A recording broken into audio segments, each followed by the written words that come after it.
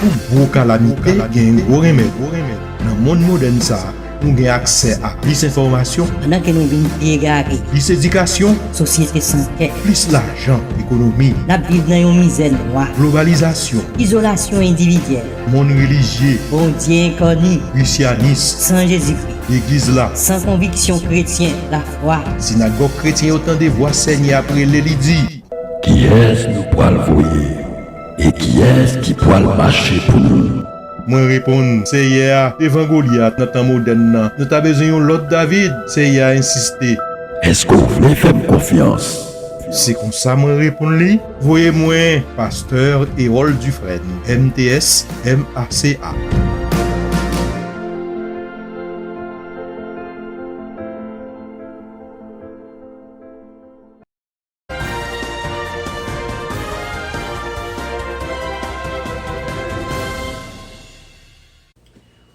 Mesdames, Messieurs, bonjour, bonsoir. Encore bienvenue à notre rencontre Christian Synagogue Ministry présente. Fois dernière, nous t'ai parlé en long et en large de la connaissance qui ne conduit pas à la sagesse. C'est ça nous t'ai ouais. En réalité, nous t'ai fait expérience de la vanité du savoir. C'est ça nous t'ai ouais. Mais qu'on hier, nous gagnons un sujet sagesse ou folie. Et pour nous capables de traiter sujet ça, nous allons lire un texte central pour vous-même que nous trouvons dans 1 Corinthiens 3, verset 18 au verset 20. Je lis pour vous. Que personne ne se trompe lui-même. Si quelqu'un parmi vous pense être sage, selon les critères de l'ère actuelle, qu'il devienne fou afin de devenir sage. Car la sagesse de ce monde est une folie devant Dieu. En effet, il est écrit, il prend les sages à leur propre ruse. Et encore, le Seigneur connaît les pensées des sages, il sait qu'elles sont sans valeur. Sagesse ou folie. Un peu d'histoire. Quelqu'un dit que celui qui ne connaît pas l'histoire est condamné à la revivre.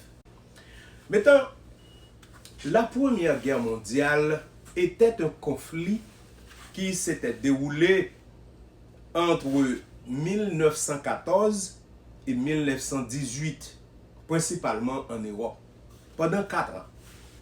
Cette guerre a fait 18 millions de morts. 21 ans plus tard, ou en 1939, eh bien, c'était le départ d'une seconde guerre, qui durait 6 ans. Et deuxième guerre mondiale, ça, l'était fait environ 55 millions de morts. C'était, eh bien, le conflit le plus meurtrier de l'histoire. Et après seconde guerre mondiale en 1945, nous sommes tombés dans une guerre froide. Et qu'est-ce que ça veut dire, la guerre froide? Était une période de tension et de menace. C'était une période de peur flagrante, comme on dit. Et pour conserver la paix, on doit se préparer à la guerre. Alors, dans l'atmosphère de guerre froide, ça, qui commençait en 1947, eh bien, c'était dans l'atmosphère, ça, 2 ans avant, il y a une organisation des Nations Unies, l'ONU, qui était pris naissance le 24 octobre 1945. Et pour qui ça? C'était pour être capable de mettre ensemble 51 pays qui étaient rencontrés pour construire un monde de paix. Que 78 ans après, aujourd'hui, eh bien, l'ONU reconnaît 193 pays. Le projet de l'ONU repose sur 3 objectifs. 3 objectifs, ça c'était pour maintenir la paix et la sécurité dans le monde, pour promouvoir et défendre les droits de l'homme et développer la coopération internationale. C'est ça qui fait que, mois dernier, le mois de septembre, de 19 au 26 septembre, nous avons gagné à l'ONU, et cela à New York, 78e session de l'Assemblée générale des Nations unies. Eh bien, session ça, le nouveau président Denis Francis, qui est un Trinidadien, et puis, monsieur, pendant que la présenté concept de orientation de présidence, il fait une déclaration et en soulignant, c'est vrai, que la paix, la prospérité, le progrès et la durabilité étaient les 4 objets suprêmes de la communauté internationale qui, s'ils étaient atteints, modifieraient considérablement la trajectoire actuelle de déception et de désillusion mondiale. Qui ça, maintenant, déclaration ça veut dire, c'est que nouveau président de l'ONU, des assemblées générales de l'ONU, en la personne de Denis Francis, lui reconnaît que projet que Nations Unies gagnait depuis 78 ans, eh bien, projet a échoué. Parce que, encore, c'est la même rengaine, c'est la même répétition, parce que, à tour de rôle, 494 conférenciers, ils prennent la parole, eh bien, c'est pour te souligner avec un peu l'inquiétude les 3 grandes calamités qui sont chroniques et pandémiques de tous les temps. 3 grandes calamités, ça y est, c'est inégalité, injustice et insécurité. Mais 3 grandes calamités nous gagnons qui traverser le monde. Mais calamité, ça y est, il y a un moteur. Il y a une série d'engins qui fait réaliser, qui fait qui ba existence. C'est 3 mots, c'est-à-dire 3 concepts. C'est avoir, savoir et pouvoir. Maintenant, comme nous connaissons selon le grand adage, avoir, c'est la richesse, c'est la possession. Eh bien, on dit que celui qui a de l'argent contrôle. Mais 3 moteurs ça yo k'ap mène le monde actuellement, yo ta doué aller selon les creuset du savoir. Normalement, le savoir ta doit permettre de contrôler l'avoir et déterminer le pouvoir. Mais ça qui arrive en réalité, et monde qui gagne l'argent, c'est eux qui gagne pouvoir. Et malheureusement, c'est pas eux qui gagnent suffisamment de knowledge ou bien savoir, ou bien la connaissance, la sagesse pour y gouverner. En réalité, ça que nous voyons, les crimes les plus atroces, les méchancetés les plus cruelles ne sont pas perpétrés que par les ignorants et les imbéciles. Et je reprends ça. Les crimes les plus atroces, les méchancetés les plus cruelles ne sont perpétrés par les ignorants ni les imbéciles. Mais ce sont ceux qui se croient sages, qui sont en position d'autorité et qui ayant de la possession à leur disposition. Alors, c'est ça que nous comprenons, que tout le monde qui a écouté là, qui a entendu, qui a regardé, nous réaliser, eh bien, c'est ça qui joue, ces règles jouent là. C'est comme ça, ça fait. Moun qui gagne comme, qui gagne pouvoir dans le monde, malheureusement, qui n'a pas assez de sagesse, qui contrôle le monde là.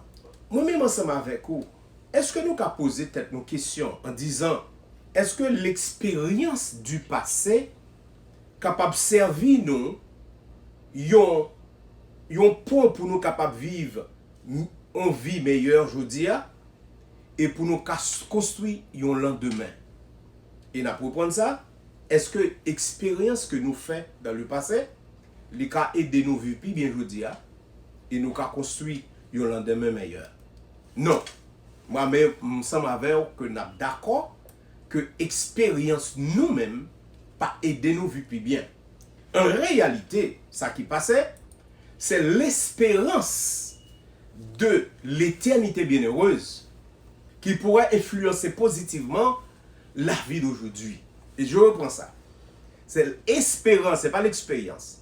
Espérance de l'éternité bienheureuse qui est capable d'influencer positivement la vie ou à vivre aujourd'hui. Maintenant, on nous poser, est-ce que nous sommes capables de considérer et la sagesse comme un facteur non déterminant qui considéré un dénominateur commun dans la vie que nous voyons aujourd'hui? Ou bien est-ce que c'est la folie? N'a pas passer à pied joint dans tout ça et puis vous-même vous déterminer maintenant qui ça qui fait la une. Maintenant c'est la Bible qui nous dit que dans Somme 14 verset 1er, il dit nous que le fou dit en son cœur qu'il n'y a pas de Dieu. Ils se sont corrompus. Ils ont commis des actions abominables. Il n'y a aucun qui fasse le bien. Est-ce que c'est clair? Est-ce que c'est compréhensible? Est-ce que nous avons besoin d'explication? Now, en dehors de Jésus-Christ, qui Dieu, qui fait homme, il n'existe ni loi, ni espérance, ni sens de vie. Quand vous seul, vous déterminez et définissez alors ces trois notions essentielles. Il veut dire la loi, espérance et sens de vie. Vous seul, vous êtes le législateur de votre propre loi morale. Vous seul. Vous demandez, vous donnez un sens à votre vie. Vous seul, vous donnez un sens à votre vie. Vous seul, vous risquez tout ce que vous avez en vue de l'espérance que vous nourrissiez. Car il y a quelqu'un, un cynique qui a déclaré, si vous avez décidé de vivre sans Dieu, vous avez pris la plus grande décision de l'existence, vous avez couru le plus grand risque et répondu à la question la plus cruciale de notre ère. C'est Ravi Zachariah, un des grands théologiens apologistes, regretté mémoire, qui a déclaré que en dehors de Dieu, c'est le chaos, c'est le désordre, comme nous avons expérimenté. Avec Dieu, l'esprit et le cœur assoiffés sont pleinement comblés. En réalité, vous êtes capable de chercher tout ailleurs, vous êtes capable d'approprier de biens, de toute richesse sur la terre, les gagnants vides cap dans où c'est seule la présence de Dieu qui a comblé. Alors, on nous essayer d'avancer. C'est quoi la sagesse? C'est la crainte de l'Éternel est une source de vie pour détourner des pièges de la mort, selon Proverbe 14, verset 27. Et Somme 11, verset 10 dit nous que la crainte de l'Éternel est le commencement de la sagesse. Tous ceux qui respectent ces décrets ont une raison saine. Et nous continuons dans Proverbe 9, verset 10, il dit le commencement de la sagesse, c'est la crainte de l'Éternel. Il y a ajouté la connaissance du Dieu saint, voilà en quoi consiste l'intelligence. Et l'intelligence que nous avons parlé et dernièrement, dans la vidéo nous t'ai fait, intelligence dont le cerveau est le berceau. Intelligence ça, c'est la faculté que bon Dieu baille tout le monde pour capable apprendre, comprendre, et etc.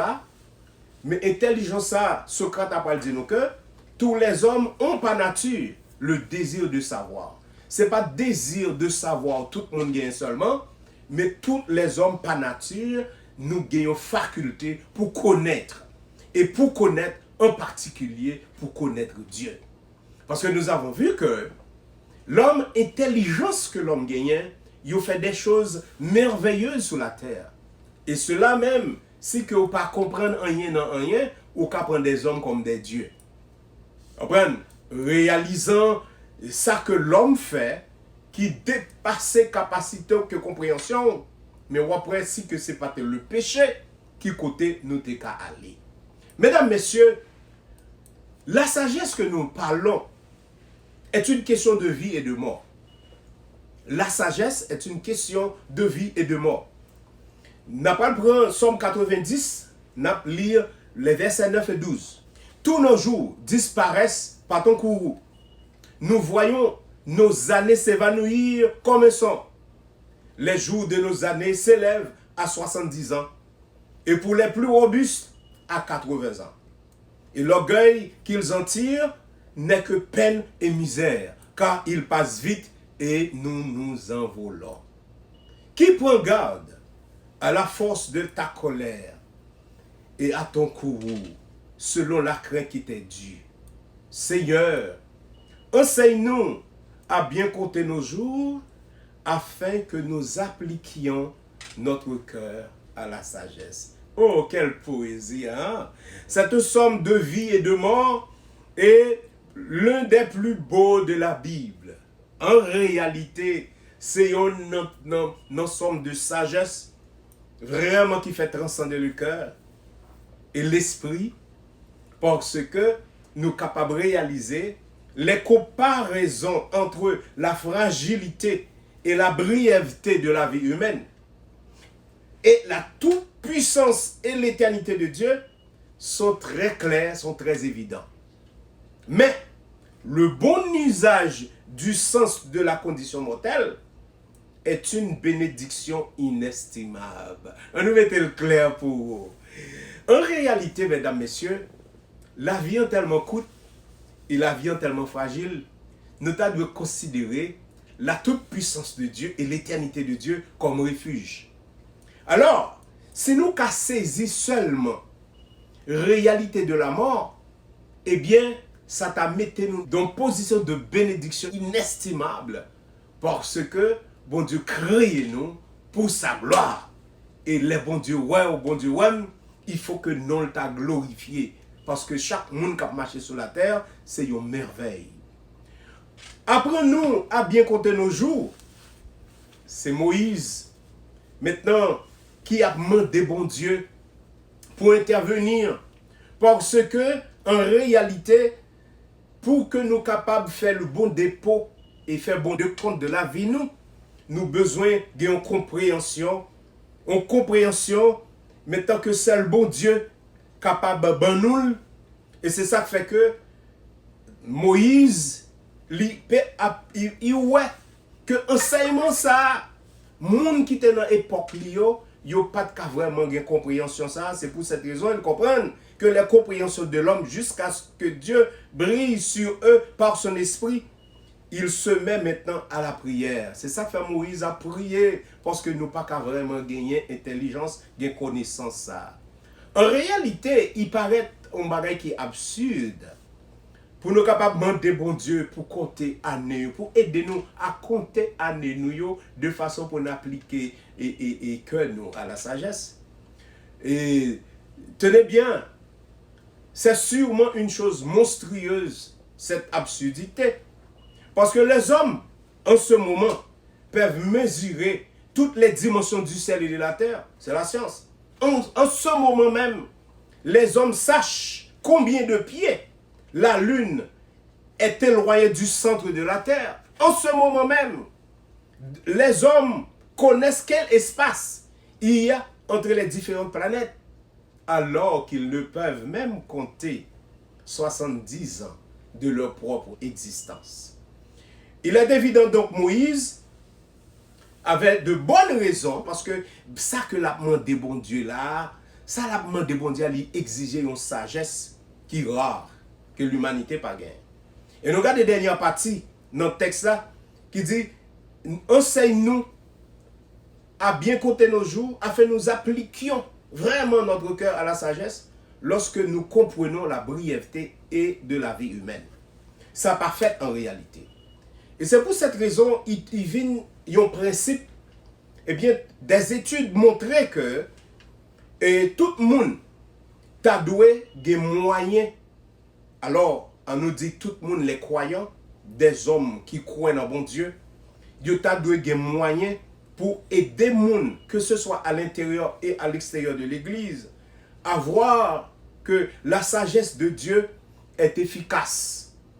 Il t'a montré l'efficacité de la sagesse de Dieu si vraiment des leaders spirituels, et pas maintenant n'importe qui, si ils ont vraiment goûté et comprendre la sagesse de Dieu, il t'ava une principe primordial pour enseigner les hommes à voir l'effectivité de la sagesse de Dieu, et même dans leur carrière, dans leur mariage, dans leur vie familiale, leurs amitiés et même dans leurs finances.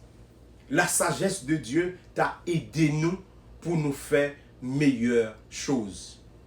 En réalité, la sagesse de Dieu, c'est une question de vie et de mort. Pour qui ça? La mort n'est pas une bonne chose. En réalité, la mort, ce n'est pas une bonne chose. Mais, et comprenez bien, nous sommes capables de tirer de bonnes leçons. Nous sommes gagner la meilleure attitude. Parce qu'au commencement, après avoir créé le monde et tout ce qu'il contient, Dieu a déclaré son œuvre. Sa création était bonne, voire très bonne, d'après Genèse 1er 31. Contrairement à cela, par la désobéissance d'Adam, le chef de l'humanité, le péché et la mort ont commencé leur très mauvais règne sur le monde créé. Le péché et la mort ont commencé leur très mauvais règne sur le monde créé. Nous sommes capables de tirer de meilleures parties d'une courte vie. On nous garde ça bien. Dieu seul est permanent et durable. Ça, il n'y a à sortir de là. Et donc, la seule vraie sécurité se trouve en lui. La vie humaine, en revanche, est courte et incertaine et prend fin lorsque Dieu décide et quand il le souhaite. Peu importe combien de temps une personne vit, même jusqu'à 1000 ans, le nombre d'années est insignifiant comparativement à l'intemporalité de Dieu. Un Dieu qui n'est pas dans le temps. Notre Dieu est présent en permanence, en présent éternel. Maintenant, le péché a gâché la vie humaine et a amené le jugement de Dieu sur les gens sous la forme des problèmes de la vie et finalement de la mort. Les impies vivent pour se faire plaisir. Voilà. Ils ne craignent pas Dieu et ne considèrent pas qu'ils passent leur vie à édifier le jugement de Dieu contre eux. Façon que moun ap vive ou pas connaît soit attirer jugement bon Dieu contre eux-mêmes. C'est comme si moun sa yo ap vive éternellement. Pendant ce temps, maintenant, leur nombre est compté. Ceux qui aiment Dieu doivent donc rechercher la sagesse de Dieu afin qu'ils puissent utiliser leur coup de vie de la meilleure façon possible. Nous bien dit ceux qui aiment Dieu, moun qui remet bon Dieu, ils doivent chercher sagesse bon Dieu. Allons dire remet bon Dieu par le sens émotionnel. Maintenant, il faut comprendre que bon Dieu devenu homme, l'aller sur la croix, sur le calvaire, c'est pas pour attirer notre sympathie, c'est pas pour attirer notre, comment dirais-je, notre fanatisme, mais c'est pour croire en lui. Il y a une grande différence. Est-ce qu'on peut aimer Dieu pendant ce temps que nous pas croire en lui? Il n'est pas possible. On ne peut pas aimer sans croire. Alors, croire en Dieu, c'est connaître Dieu, c'est faire bon Dieu confiance, c'est gagner et prêt pour obéir à sa bon Dieu dit. Maintenant, l'amour, ce n'est pas le sentiment, mais c'est la conviction. Il faut avoir une émotion intelligente, mais pas une intelligence émotionnelle à retenir. Le péché a perturbé cette possibilité céleste, apportant à la place une aliénation qui ne peut être corrigée que par l'amour du Rédempteur. Par l'amour du Rédempteur. Alors, pour certains, si c'est dans le monde ça seulement, c'est ça Paul dit, dans 1 Corinthiens 15, verset 19, si c'est dans le monde ça seulement, nous t'as espéré en Jésus-Christ, nous sommes les plus malheureux de tous les hommes. Parce que Paul même dit ça, dans 1 Corinthiens 2, verset 9. Ça, bon Dieu, il réservé pour nous dans l'éternité. Il faut qu'on monte dans l'imagination de l'homme. Pour qu'on ait des yeux qui voient, pour qu'on ait une bouche qui parle. En réalité, la mort, ce n'est pas quelque chose d'effrayant. Pour nous-mêmes, son passage obligé. Pour nous capables vraiment profiter de Dieu ça que nous relève papa nous. Parce que la mort, c'est la séparation entre l'homme et Dieu. La séparation, ce n'est pas la fin de la vie. Essayez de comprendre ça très bien.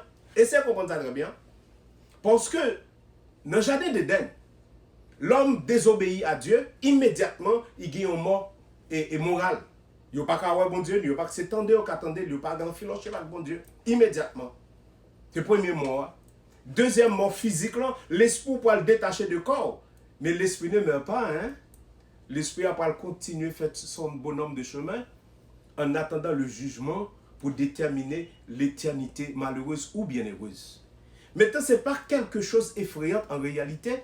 C'est un passage obligé. Nous pas t'adouer, mettant à appliquer la philosophie de l'autruche, qui, en voyant le malheur, nous cachait le visage, nous cassait les genoux, pour ne pas revenir le malheur. Pendant ce temps, le malheur est inéluctable. Maintenant, ce n'est pas la sagesse. En réalité, le monde est gouverné par deux groupes de monde. Les néophytes et les profanes. Les néophytes, ce sont des apprentis, des stagiaires. Et les profanes, des novices, des hommes qui ne sont pas préparés pour entrer dans le bagage sacré. Parce que la vie est une chose sérieuse. La vie, c'est quelque chose de mystérieuse. Maintenant, les profanes, quel que soit l'âge, quelle que soit la position, quel que soit le degré d'étude, nous vraiment en réalité des profanes et des néophytes, c'est que nous pas gagnons la sagesse de Dieu. Pour finir, nous allons conclure. Voilà, nous prêchons Christ crucifié. Et scandale pour les Juifs et folie pour les païens. Mais puissance de Dieu et sagesse de Dieu pour ceux qui sont appelés, les croyants, tant juifs que grecs. Car la folie de Dieu est plus sage que les hommes. Comprenez ça bien, hein? Et la faiblesse de Dieu est plus forte que les hommes. Considérez, frères, que parmi vous qui avez été appelés, qu'il n'y a ni beaucoup de sagesse, selon la chair, ni beaucoup de puissants, ni beaucoup de nobles. Mais Dieu a choisi les choses folles du monde pour confondre les sages. Il a choisi les choses faibles du monde pour confondre les forts, afin que nulle chair ne se glorifie devant lui. Or, c'est par lui que pour vous êtes en Jésus-Christ, lequel par Dieu a été fait pour nous sagesse, justice, sanctification et rédemption, afin que, comme il est écrit, que celui qui se glorifie dans le Seigneur. Que bon Dieu bénisse, que bon Dieu garde, que bon Dieu bénisse en abondance, avec connaissance de la sagesse qui nous conduit, la sagesse que nous besoin vivre pour nous vivre une vie meilleure, dès maintenant et jusqu'à la fin. Si vous te remet vidéo, si cette présentation vous a plu, eh bien partagez-la avec nos frères. Qu'il en soit ainsi. Amen.